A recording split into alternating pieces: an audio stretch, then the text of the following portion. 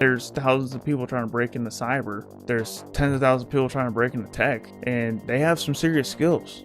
And I always say, I'll say it again, you are in a competition against other people in this field, and you have to be better than them. If there's one open position and there's 1,000 people applying for it, you got to be number one. You can't be number two, right? If there's only one slot open and one person getting that job, you have to be the best out of 1,000 people. You can't be number two, man. You cannot be number two. So you got to put in the work, and you got to demonstrate your skills, and you got to get those certifications, because certifications do demonstrate skills. Welcome to the Hacker's Cache, the show that decrypts the secrets of cybersecurity one byte at a time. I'm your host, Kyser Clark, and in this episode, I have another Q&A episode where you, the viewer/listener, ask questions, and I answer them here on the Hacker's Cache podcast. If you want to know how to submit questions, just ask questions in the YouTube comments on any of my videos. I will see them, and they are in contention for being highlighted on the show. You can also ask your questions in the Discord server. I have a specific channel called Hacker's Cache Questions, and if you want to ask your questions, feel free to drop them there. So let's go ahead and dive right into it. Question number one: if the organization has strong security and you couldn't get root access, isn't that great for them? You don't have to force finding root access, because that's what you get paid for, to test the security of the organization. And this is an interesting question, and I think the reason why this one was asked is because I have said on multiple occasions why it is frustrating as a pen tester to not always get domain admin, not always get root access. It is frustrating experience as a pen tester when this happens. And the reason why it's frustrating is because in training, in certification exams, you don't win unless you get root access or domain admin access. That's the only way you win the CTF challenge. It's the only way you root the hack the box machine, pass the certification exam, and you're trained to always get root access or domain admin. And then when you go in the real world, it's completely different, because in the real world, systems are not intentionally left vulnerable. And I also think it's frustrating because if you read about pen testers and ethical hackers of the past, like the people who were in this field 5, 10, 15, 20 years before I was in the field, you always hear them talking about how easy it is to break into systems and how it was a field day and they had a lot of fun doing what they did. And I think the times have changed a lot, and a lot of people understand the cybersecurity risks. Cybersecurity is taking much more seriously than it was 5, 10 years ago. And because of that, it's harder to break in these systems. And in my opinion, from my perspective, in the real world, it's just not as fun as it used to be. And I might have put this ethical hacking and penetration testing thing on a pedestal and thinking like, oh yeah, I'm going to be rooting all the machines, getting all the shells, and being as cool elite hacker in these networks in the real world. And it simply just doesn't happen that way. Now, don't get me wrong, I still find critical findings. I still see domain admin. I still get SQL injection, and I can still dump databases and all this stuff. But it just doesn't happen as often as you might think it does. And it definitely, from what I understand, doesn't happen as much as it used to. If you go back and listen to some of the forefathers of ethical hacking, is the best way I could put it. You know, they, like I said, they would always tell stories on how easy it was back in the day to break into systems, and I just don't think it's easy anymore. I don't think it's easy anymore. And maybe I just suck, and maybe that's what's frustrating about it, is because it feels like you suck, because you hear about all these people wrecking havoc in these networks and in these applications, and it seems like it's easy for them because they have all these stories on breaking into these networks and these devices, and then you get in there and it doesn't feel that way for you. So that's been the frustrating part, because it feels like I'm not as good as what I should be for someone who literally spends all day, every day doing this. I mean, like, I have a full-time pen testing job where I'm doing this 8 hours a day, and then after work I'm putting in multiple hours into training, and then I'm also spending another 20, 30 hours on content creation telling people how to hack. And I literally live, breathe, and sleep this profession. And when I come up short, it's frustrating. So I think that's where the question's coming from. So I know that was a long-winded backstory there, but I just wanted to set the scene for you. So the question here is being asked: if the organization has strong security posture and you couldn't get root access, isn't that great for them? And the answer is yes, absolutely, it's great for them, right? The organization wants to win. And when you have a professional penetration tester such as myself come in and I don't have any high findings, I didn't get root access, I didn't get domain admin, that's an absolute win for them. They did a lot of good there. And that means that if a threat actor was in an environment, the threat actor is not going to have an easy time getting whatever they want out of that network or that application. And they're more likely to move on to another target, because as a pen tester, I'm spending a week or 2 or 3 weeks pen testing a network, pen testing an application. So if a threat actor got in there, they're going to have to spend a lot of time to find on a vulnerability. If that's the case. Now, I'm not talking about the applications and networks that where we do find critical vulnerabilities, because those absolutely still happen. Like I said, it just, I feel like it happens less often than what I thought it might be. And maybe my experience is different than some other people's. Maybe it's a lot the same from the people's of the past. And maybe they just have select stories that sound cool. You listen to the Dark Diary, there's like something cool going on all the time, and it's just not the case, guys. And I do want to stress that enough. If you want more information on why that's not the case, I have a video called "Watch This Before You Become a Penetration Tester." It's one of my most watched videos. It's definitely worth watching if you are considering becoming a penetration tester, or even if you already are a pen tester and you are facing similar struggles. Just know you're not alone. Watch that video and you'll find out. So yeah, that's absolutely great for them, and that's a win for them. But when it's a win for them, guess what? It's a loss for you as a pen tester, ethical hacker, red team, or whatever you are in offensive security. And when it's a loss for you, it stings, especially if you're like me and you're a competitive person and you like to win. You love to win. And matter of fact, I hate losing more than I like winning. So when I come up short, it's extremely frustrating to bash your head against the wall and come up short. So that's where the frustration comes from for me. But yeah, it's absolutely great for them, and that's good to know for them, for their company, for the client that you're testing. The back end of that question says you don't have to force finding root access because that's what you get paid for, to test security organization. Even if you can't find a way to root, or you can't find a way to domain admin right away easily, you still have to try. You still have to put in effort. Like if the vulnerabilities aren't popping up in front of you immediately, that's where it gets frustrating, because you're like, dang, dude, I don't know what I'm doing. Like, I don't know what else to try. Like I've tried every technique that I know. And that's where like bashing your face against a brick wall comes in, because every technique that you know and every technique that you used in the past to get domain admin or root access isn't available to you, and you still have multiple days left on a pen test. Like, you still have to try. They are paying you to break in for a set amount of time.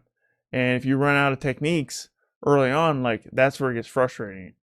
So you can't just throw your hands in the air and give up. Like, you have to keep trying. Like, that's where the try harder mantra comes into play. And sometimes when you try harder and try harder and try harder, a lot of times you come up short, especially if it's an organization that takes security very seriously, and they have been through multiple pen tests, and they have all of the defense measures in place. And it's very easy to go in these situations and lose and get frustrated. So if you're a pen tester, just know that you're probably going to run into these same frustrations.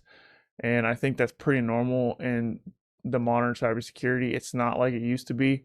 I wasn't in the field as long as some of these other guys that talk about how easy it was to break in back in the day. But it just feels like it's a lot harder now, because I think organizations are starting to realize that, yes, cybersecurity is important, and even the basics can prevent a pen tester who has a lot of skills and a lot of experience from breaking in. All right, before we dive into the next question, I just want to simply ask you, the viewer slash listener, for a couple of things. If you're listening, hit the 5-star rating if you think the show deserves. If you've consumed multiple episodes and you enjoy it, hit the 5-star rating. Would help the show out tremendously. I don't run ads, and the only way for the show to grow is if you hit the 5-star rating and share the show with your friend. If you're on YouTube, same thing applies.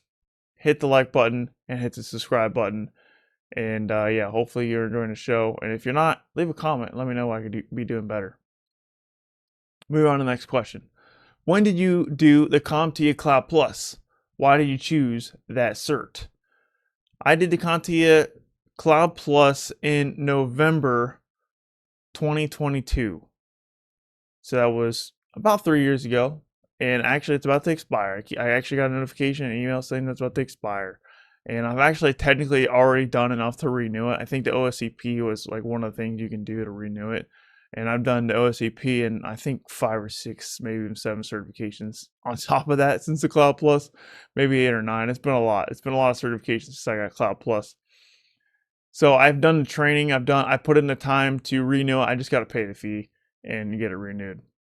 But more importantly, why did I choose that cert? That's a good question. Why did I choose a Cloud Plus? Well, for starters, it's important to know the cloud as a cybersecurity professional. And I made an entire video on this about why the cloud is important for cybersecurity and how to learn the cloud as a cybersecurity professional. So if you want more information, definitely check out that video. So it's important to know the cloud because a lot of companies, a lot of organizations are now using the cloud. Even companies who have their own data centers are still using the cloud. The cloud is pretty much everywhere and it's here to stay and it's going to get bigger. And as more small businesses get brought up, there's going to be more companies that are using the cloud. So the cloud skills, cloud knowledge is essential. Now you don't have to be an expert. I say that in the video, but having a basic level understanding of the cloud is essential. And that's why I decided to go after Cloud Plus, because Cloud Plus does give you a little bit higher than the beginner knowledge. Like it's not like a super beginner level cert, but it ain't like an expert level cert either. And I would say it's like somewhere between like the beginner to intermediate, right? It's not quite at intermediate. It's probably just below intermediate, and it's definitely above the beginner / entry level. So it's somewhere in there. And the reason why I chose is because it's vendor neutral, right? There's 3 major cloud providers out there. We got Amazon Web Services, that's AWS. We got Microsoft Azure, and we got Google Cloud Platform, or GCP. And it doesn't focus on either one of those. Each one of those providers have their own certifications. And I didn't want to double down or go into a certain specific platform because when I was in the military, that's when I got the certification. When I was actually doing in the military, I didn't know what services my future employer was going to be using. So I didn't choose one. I just like, okay, let me just use a vendor neutral option because it will set me up for success in whatever direction I want to go from here. I can go AWS, I can go Microsoft Azure, I can go Google Cloud Platform, and I already have the basic understanding, and then I can expand upon this later. And I never actually expanded on the knowledge yet, although I am heavily considering going after the IC2 CCSP. That's the Certified Cloud Security Professional. That's also a vendor neutral cloud certification, but that's more focusing on cloud security, not just cloud configurations. Like Cloud Plus there is security, like that's a section in Cloud Plus, but that's just a section, and it's more about just understanding terms and definitions and how to configure certain things in the cloud at a high level. And the CCSP is more about, it's actually all about security. So, which is what I do. I'm a cybersecurity professional, so it's important for me to understand cloud security. So that's why I'm considering that one. And I think I'm going to get that after I do some hands-on certs. I'm going to do some more hands-on certifications, and I'll probably go after that one because it's one that I'm eyeballing. But another reason why I chose Cloud Plus, and this might actually be the number one reason, but this is a huge driving factor of why I went to Cloud Plus, is because I had the CompTIA Linux Plus, and when I had it for 3 years, I think it was like 2.5 or something like that, it was about to expire. I was like, I need to do something to renew Linux Plus, and the Cloud Plus was the only CompTIA certification that would fully renew Linux Plus. So I got Cloud Plus. It automatically renewed Linux Plus. I didn't have to pay a fee or anything. I just had to pay for the voucher for Cloud Plus, take the exam, pass it, automatically renew my Linux Plus. So that was a huge driving factor too, because I wanted to renew Linux Plus because I spent a lot of time, effort, and energy getting Linux Plus, and I didn't want that to expire. So Cloud Plus, because having the cloud knowledge is essential, and because Linux Plus expired, it just seemed like a good idea to do.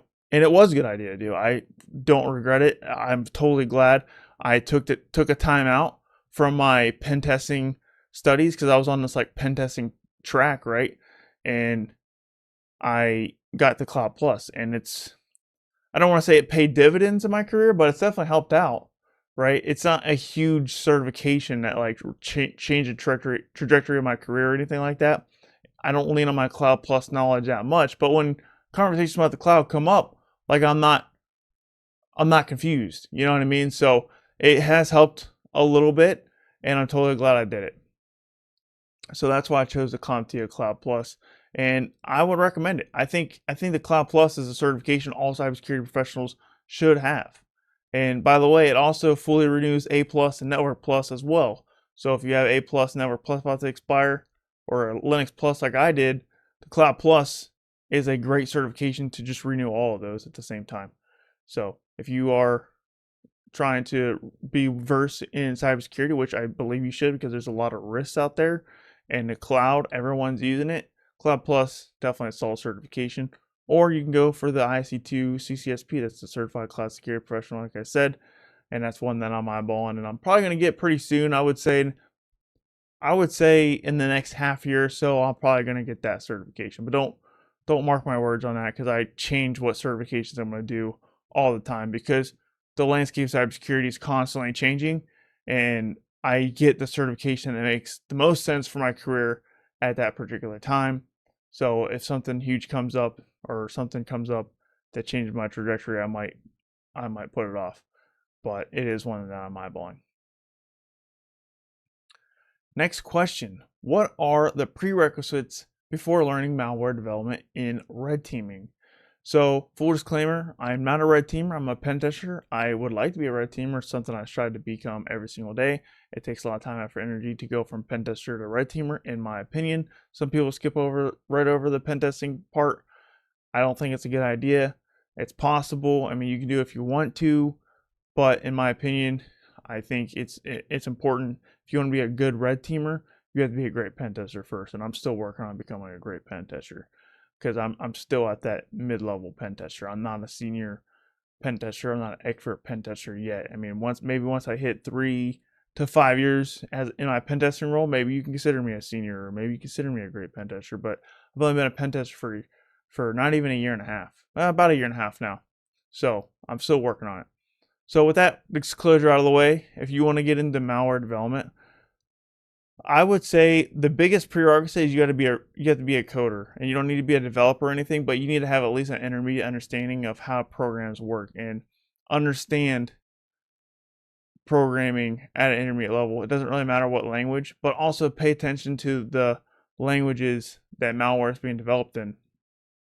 So like I would say like C, C#,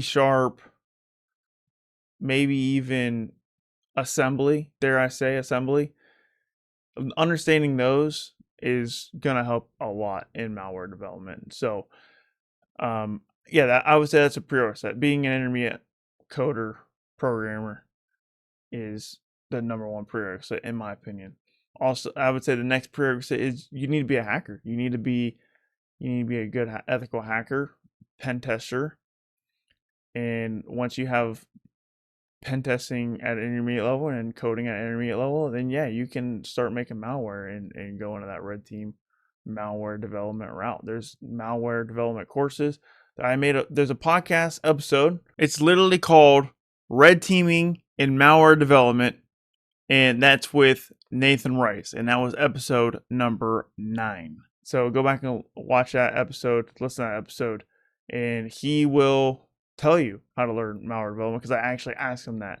And I know Maldev Academy was one thing he mentioned, but there's also some other resources that he mentioned in that one.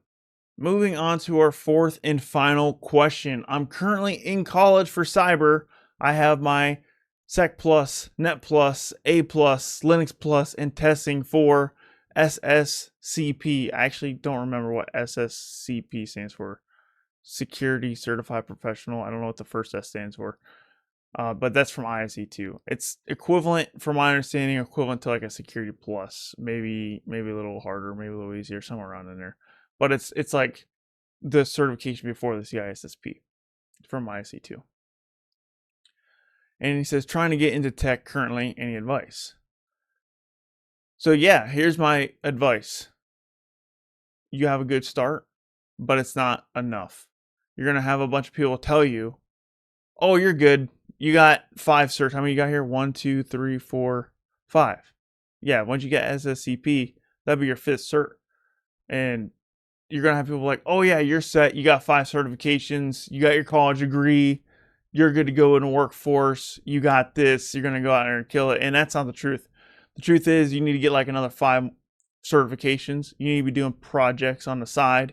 You need to be doing Hack the Box. You need to be doing Try Hack Me.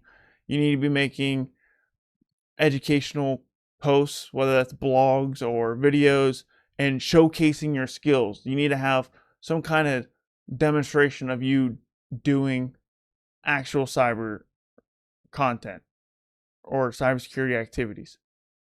And I like to do that in content. That's actually the reason why I started my content. I started my content because I wanted to prove that I had hands-on skills to employers. That's why you see my early videos with me doing Try Hack Me and Hack the Box machines, because I wanted to show that I had hands-on skills to employers. And that's another reason why I wore my college shirt with a tie, because I wanted to wear what I would wear in an interview. And that's why you see on my early videos why I wear the college shirt with tie, is because those videos was made to impress employers, to showcase my skills to employers, and to show that I'm a professional in this field. Now, after I got in the field, I still wore the tie and the college shirt because that was kind of like my thing, and I wanted to show that I was a professional. But then I got rid of it because my content, I shifted from trying to impress employers to helping you and everyone else in the community to either A, break in the field, or B, level up in their existing career, or C, make a pivot from tech into cybersecurity or whatever you're doing, some kind of pivot. Maybe you're going from one cyber role to another cyber role. And when I decided to stop impressing employers, because I'm in a position that I really like, I like my job, and shifting it more into helping other people in the field, I'm like, okay, let me get rid of the tie and the dress shirt and just wear some normal clothes, because I'm gonna be more relatable. And that's been the case. I think I feel more relatable to people, because like, this is what I would wear to a lunch with you, you know what I mean?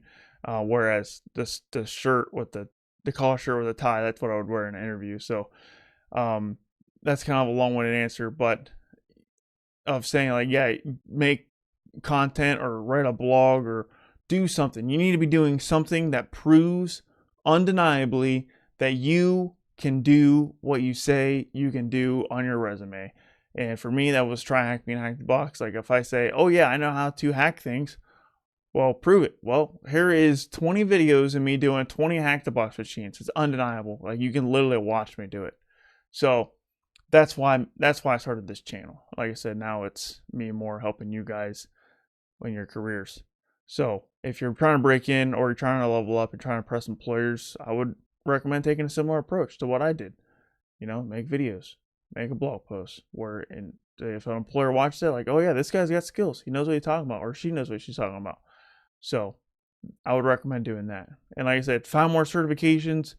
I don't know what 5 you should be going after, because I don't know what role you want in cybersecurity. There's different roles. Right now, you got a great foundation, and you can go blue team, you can go red team, you can go offensive security, defensive security, cybersecurity analyst, GRC, pentester. I mean, the world's your oyster. You can go any way you want, because you got a great foundation. Security Plus, Net Plus, A Plus, Linux Plus, the best foundation you can get. But it is only a foundation. Those are just the beginner. That's the prerequisite knowledge you need to get into cyber, right? You can get a tech role with that stack of certs you got there with your college degree. You can definitely get a tech role. You can get a help desk role, and that's crazy to say, like, oh yeah, I worked this hard for a help desk role, but that's just a reality situation. Employers want you to have stupid amounts of skills, and the reason why they want you to have stupid amounts of skills is because the talent pool is just increased. There's thousands of people trying to break into cyber. There's tens of thousands of people trying to break into tech, and they have some serious skills.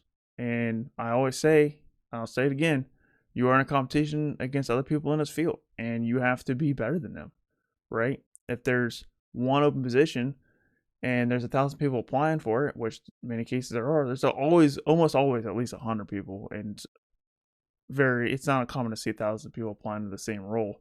You got to be number one. You can't be number two, right? If there's only one slot open and one person getting that job, you have to be the best out of 1,000 people. You can't be number two, man. You cannot be number two.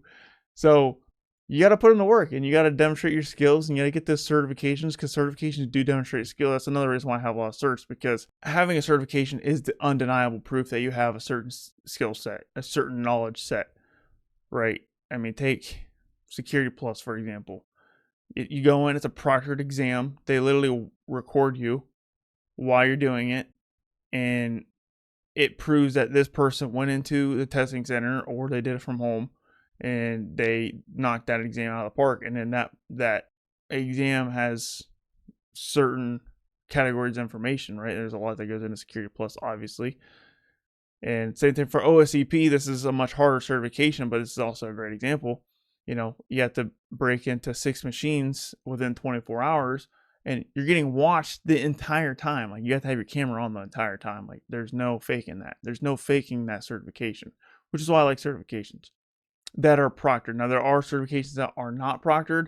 I have a little bit of an issue with that, but that's a debate for another time.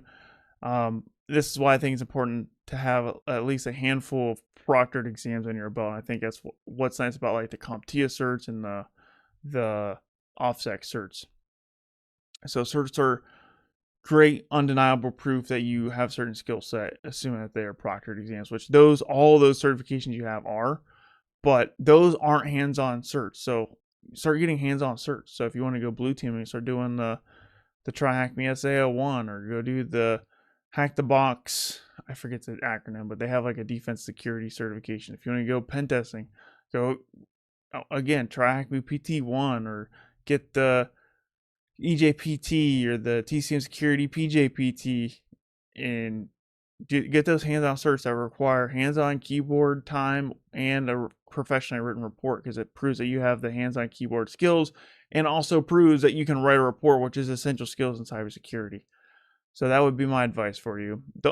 You're going to hear people say, oh yeah, you got enough. And you know, when I had 3-4 certifications, people were like, oh yeah, you're going to get out, you're going to get a 6-figure job out of the military, you're set. And I just don't buy it. And I kept getting certifications because I thought every certification I got, I would have a bargaining chip to raise my salary, right? That was what motivated for me to get so many certifications, to be quite honest with you. And while it did help me have that negotiating power, the reality is I didn't get the salary that I thought I was going to get. I thought it was going to be a lot easier to get a higher salary. And really what it did was help me get my foot in the door, having 12 certifications. So keep getting your certs, showcase your skills, and a college degree and 5 certs. Unfortunately, everyone's got a college degree and 5 certs. There's a lot of people out there. Not everybody, but there's a lot of people out there that have them. And even if you are top 5 out of the 1,000 people applying for that position, guess what? You're not number 1. So if you're serious about breaking the field, you got to be number 1, dude. And to be number 1 is you need to find more certs, maybe even another degree, and you need to showcase your hands-on skills and network. I didn't say this yet, but network. And this is what content creation did for me, because I didn't attend any conferences until I was 7 years in the field, 6.5 years in the field. and I just make content, and I connect with people online on LinkedIn, mostly LinkedIn. LinkedIn's where the recruiters and the hiring managers are at, guys. People are like, oh, Discord, oh, Reddit, and while you can get a lot of information from Reddit and Discord, and you can make a name for yourself in a Discord rooms. But the thing is, like, most people use those Discord rooms, they don't use their real name, so no one knows who you are in Discord because you get this like cool hacker name, which is fine, but no one knows who you actually are. Same thing with Reddit, like you don't know people's real names, so you need to make content under your real name. And that's why I chose to make content under my real name, because it's easy to figure out who I am and what I do. So yeah, Reddit. I think Reddit's overrated. I mean, yeah, you get a lot of good information there, but a lot of people are anonymous on Reddit. I think everyone is. I think it's like, I don't they just give you, I don't even use Reddit, dude. I don't get on it much. I mean, sometimes I find some decent information if I do a Google search. I don't post on Reddit, dude. Like, I think Reddit's overrated. I think Discord's overrated, and that's people who are in my Discord server are probably mad at me because I don't get on my own Discord server that much. I get in there and check the Hackers Cash podcast question section before I do these episodes, and I don't post a lot in there because the truth is, guys, the LinkedIn's where it's at when it comes to being discovered by hiring managers and recruiters, because that's where hiring managers and recruiters are at. Hiring managers and recruiters, they are not in Discord. They are not in Reddit. They are on LinkedIn.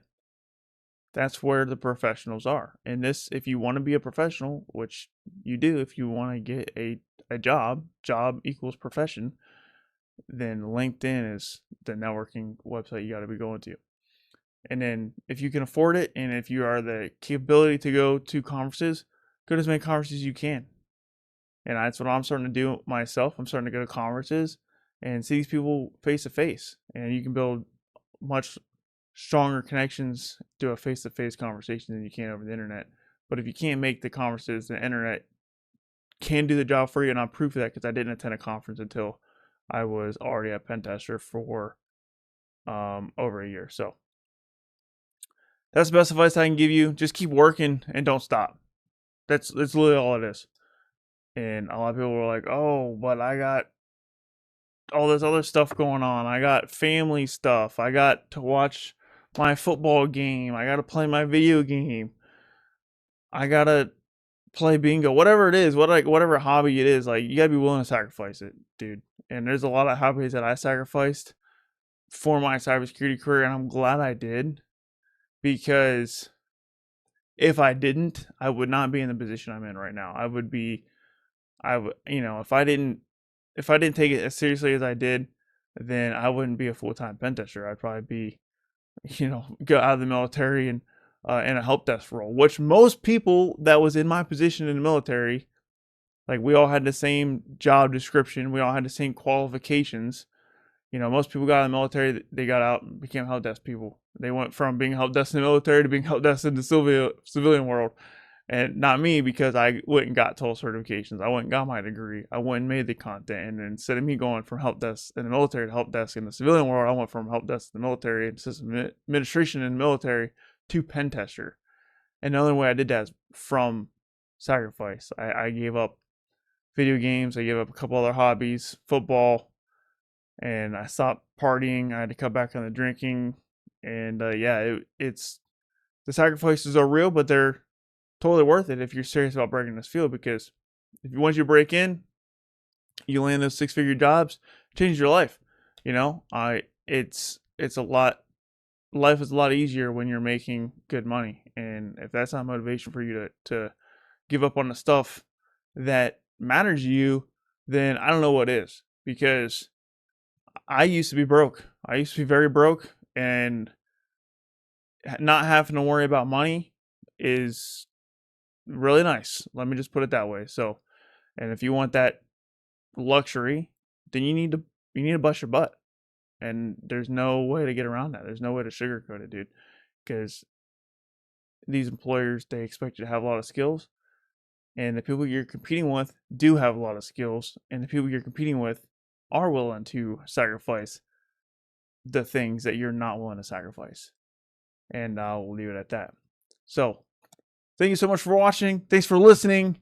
Hopefully you enjoyed this episode. Once again, hit the subscribe button if you're on YouTube, hit the like button.